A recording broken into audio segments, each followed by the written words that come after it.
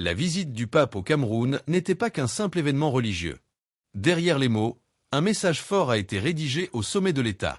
Selon Paul-Stéphane Menunga, seul le pape peut dire certaines vérités au président.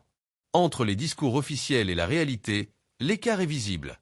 Le Cameroun fait face à une justice contestée et à une crise anglophone qu'on ne peut plus ignorer. Le pape a mis les cartes sur la table, avec subtilité, mais fermeté. Désormais, tout repose sur les décisions du pouvoir. Le changement est possible, mais il faut le vouloir. Like, abonne-toi et active la cloche pour ne manquer rien. Et au regard des situations que nous traversons, l'autorité morale, en même de dire certaines choses avec autant d'autorité, si je peux être redondant, ça ne peut qu'être le pape. Parce que quand vous scrutez, aucune personne autour du président de la République ne peut dire les choses que le pape a dit et avoir une telle portée. Je ne suis pas sûr que même le président, en le disant, on aurait une portée. Pourquoi? Parce que le président, dans sa gouvernance, et c'est ce qu'on peut lui reprocher, est resté dans la dimension matamoresque. Ça veut dire que... Matamoresque? Oui, je vais expliquer. Ça veut dire quoi? Pardon, expliquez. Ça veut dire que il prononce les discours qu'il n'applique jamais. Parce que... Ce qui existe entre ce qu'on dit et ce qu'on fait. Justement. D'accord. Justement, parce que quand vous faites une sociologie des discours du président de la République, en réalité, le Cameroun serait comme les États-Unis si les discours développaient un pays. Mais il est donc resté dans la dimension du discours. Il n'est pas rentré dans ce que Machinto appelle la praxis radicale, c'est-à-dire on joint la parole à l'acte. Et lui qui a en plus la force coercitive de... C'est justement là où je vais arriver. C'est ça. Parce que le pape, en réalité, lui n'a que la bouche. Il n'a pas de pouvoir. La parole. Oui, il n'a pas de pouvoir coercitif. Or, le président, en plus d'avoir la parole, a le pouvoir coercitif. Parce que quand vous analysez justement tout ce que le pape a dit, il est simplement en train de dire qu'il faut changer d'équipe. Oui, le pape est en train de dire qu'il faut changer d'équipe. Parce que, et là je suis d'accord avec le professeur qui parle des conclusions de la conférence épiscopale. Quand vous voyez l'état des lieux que la conférence épiscopale a fait avant les élections, ils sont même allés loin jusqu'à vous dresser le profil de celui qui devrait être président de la République. Tout à fait. Le pape est simplement en train de dire que chaque philosophie est fille de son temps. Il est temps d'avoir une nouvelle philosophie qui ne peut pas être incarnée par les hommes qui sont là depuis. Qui sont là. Parce que justement, j'ai envie de vous dire que les mêmes causes produisent les mêmes effets. Vous savez, si vous prenez les causes qu'on retrouve au Cameroun, vous allez avec ça aux États-Unis, ça va produire les mêmes effets. Et j'aime quand monsieur le doyen parle de l'état de droit.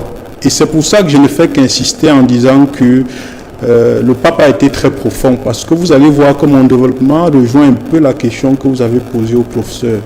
On est passé d'un état de droit à un état mou. Vous savez ce que c'est qu'un état mou? Un état mou, c'est un état qui a les lois et les règles, mais l'applique de façon asymétrique. Ça veut dire en fonction de ses intérêts. Ça veut dire qu'on dit que si tu as volé une bouteille d'eau, tu as 5 ans. Comme le Munga est le fils d'un Kidam, on applique la loi. Mais lorsque c'est le fils d'un cacique du régime, on torpille la loi. Vous voyez que ça rejoint un peu ce que vous êtes en train de décrire par rapport à votre patron. C'est ça le véritable problème. On est passé d'un état de droit à un état mou. On applique les lois en fonction, j'ai envie de dire, des accointances. À la tête du client. Justement, qu'on a avec des individus proches de nous. Et c'est le professeur qui a l'habitude d'expliquer le pouvoir discrétionnaire. Tout à fait. Parce que on est quand même dans un état incroyable où on fait passer des contre-vérités pour des vérités. Est-ce que vous savez que même le pouvoir discrétionnaire j'ai envie de dire quoi, qu'on évoque souvent pour le président de la République, la discrétion s'applique aux gens, par exemple, qui ont une même expérience. C'est à ce niveau qu'on applique la discrétion. On ne peut pas prendre quelqu'un qui vient de sortir du lycée et on le nomme proviseur en vous disant que c'est la discrétion. Parce qu'il y a des textes qui vous disent que pour être proviseur, il faut avoir tel nombre d'années d'expérience. Pour être surveillant général, il faut avoir tel nombre d'années d'expérience. Mais on nomme justement de l'absurdité, parce qu'on est dans une république absurde. On vous dit que non, c'est le pouvoir discrétionnaire. Et je sors donc en disant que le pape, en réalité, a mis les cartes sur la table. Maintenant, il revient donc au président de la République de décider soit de rentrer dans l'histoire, soit de sortir de l'histoire. Parce que quand on a l'âge du président de la République, en réalité, on n'a rien à perdre. On a tout à gagner. Donc je pense que le président de la République devrait se servir des jalons qui ont été posés par le pape. Parce que vous pensez qu'il aurait pu laisser faire ce discours, ça peut avoir été lui? C'est pour ça que je dis, c'est possible. Ouais. J'ai envie de vous dire que quand on a l'âge du président de la République, on est ce qu'on appelle dans la cosmogonie africaine un patriarche.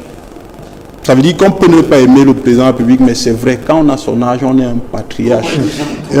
On n'a plus peur. Exactement, et on a une certaine sagesse. Et quand vous observez justement ce qui s'est passé, je fais partie de ceux qui pensent que le président savait tout ce que le pape allait dire. Peut-être ses collaborateurs n'étaient pas au courant de ce qui allait être dit. Il y a le journal L'Anecdote qui a titré le pape Léon XIV et Paul Biya exorcisent le gouvernement. C'est ça que je suis dans. Dans ce titre-là, une seconde, avec votre permission. Oui. Est-ce qu'il y a même eu une différence entre le discours moral du pape sur la gouvernance, la corruption et tout, et les discours successifs de Paul Biya depuis 2000? C'est de ça qu'on parle justement. Bravo. C'est pour ça que les deux se mettent Mon ensemble. brillant collègue a raison. Merci. Donc je suis en train de dire que justement, il n'y a pas de différence. il n'y a aucune différence. Donc on peut donc être dans une situation même où Paul Biya est en train de vous annoncer les prémices d'une hypothèse, d'une certaine transition. C'est une possibilité parce que il y a plusieurs couleurs qui sont en train d'être annoncées. Donc moi je me dis simplement que nous devons féliciter la visite du pape parce qu'il nous a permis déjà de savoir qu'au Cameroun, en 2 semaines, on peut arranger une route. Il nous a permis de savoir, comme le professeur a dit, que parfois Yaoundé peut être propre. Il nous a permis de savoir que parfois vous pouvez marcher à Yaoundé, vous ne voyez pas les papiers sur la route. Et il nous a également permis de savoir que la crise anglophone, j'insiste, peut être réglée. Il suffit simplement que les acteurs ou les interlocuteurs soient changés parce que Ou du moins soit de bonne foi. ils ne Parce que peuvent, c'est les gens de très mauvaise foi professeur, qui ont traité cette crise. professeur, ils ne peuvent pas être de bonne foi. Ils ne pourront jamais être de bonne foi parce que en fait, ils seraient en train de se contredire eux-mêmes. Parce que n'oubliez pas qu'au début de la crise, ceux qui sont les médiateurs, entre guillemets, de la crise aujourd'hui, sont ceux qui ont nié la crise au départ. Bien sûr. Or, avec le temps, on se rend compte qu'il y a effectivement une crise. Parce que, et je sors par là, Bravo. vouloir nier la crise anglophone, en réalité, c'est nier l'histoire du Cameroun. Ça ne changera jamais que le Cameroun a été une tutelle anglaise et une tutelle française. Donc, si vous méconnaissez la crise anglophone, ça veut dire que vous méconnaissez le fait que justement L'histoire du Cameroun. Oui, bien sûr. Ouais. Donc on ne peut pas méconnaître l'histoire du Cameroun. D'accord. La solution qu'il faut trouver, c'est comment faire pour que une histoire ou alors un accident de l'histoire ne soit pas un élément qui vienne nous diviser. C'est la solution à cette question qu'on devrait apporter aujourd'hui parce que si vous dites qu'il n'y a pas de crise anglophone, ça veut dire qu'il n'y a jamais eu de Cameroun anglophone. Ça veut dire qu'il n'y a jamais eu de Cameroun francophone. Ça veut dire que la France n'a jamais été la tutelle du Cameroun français. Ça veut dire que la Grande-Bretagne n'a jamais été la tutelle de cette partie du Cameroun. Et pas une colonie comme on le dit Exactement. trivialement, hein, parce que Le message est clair. Le Cameroun peut avancer, mais à condition de faire face à la vérité. Le pape a ouvert la voie. Reste à savoir si le pouvoir agira. Like, abonne-toi et active la cloche pour ne pas rater nos prochaines vidéos.